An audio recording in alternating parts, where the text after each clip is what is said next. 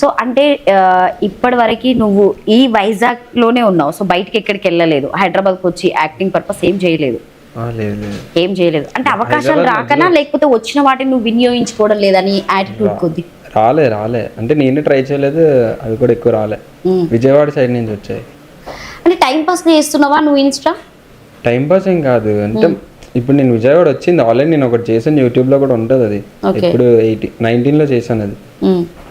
అలా మనకి అంటే క్యారెక్టర్ బట్టి వస్తే మంచిగా వెళ్ళొచ్చు, లేకపోతే ఎందుకు అంతలా కష్టపడి వెళ్ళాం అంటే ఇంట్లో కూడా పంపించాలి కదా.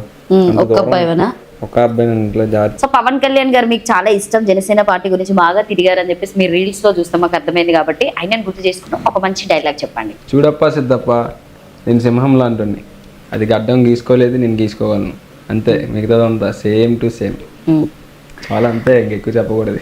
చాలా అంతే. అంటే నీకు యాక్టింగ్ స్కిల్స్ ఉన్నాయి అని చెప్పేసి నీకు నువ్వు ఎప్పుడైనా అనుకుంటావా?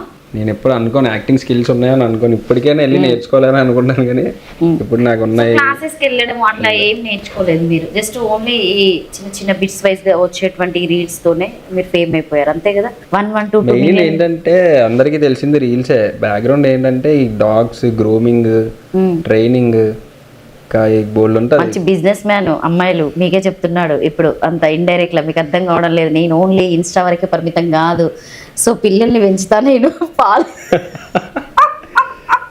పాలిస్తా పూజిస్తా రండి అని చెప్పేసి ఇన్స్టాలో ఉన్న అమ్మాయిలకు చెప్తున్నాడు.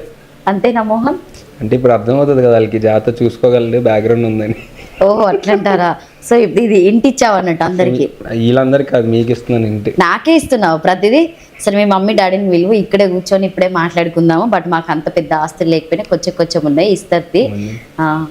ఎంత కావాలి నీకు అంటే నెలకి ఎంత సంపాదించాలి మీ వైఫ్? ఏం సంపాదించక్కర్లేదు, కుక్కల్ని చూసుకోవాలా? కుక్కలు తీసుకుంటా, వచ్చిన కుక్కలు తీసుకుంటా. నువ్వు అట్లనే చెప్తున్నావు, మరి నువ్వు పెంచే వాటిని ఆమె కూడా పెంచాలి అన్నట్టుగా. తను ఉంటే సరిపోద్దు, ఇంకెందుకు ఆయన్ని.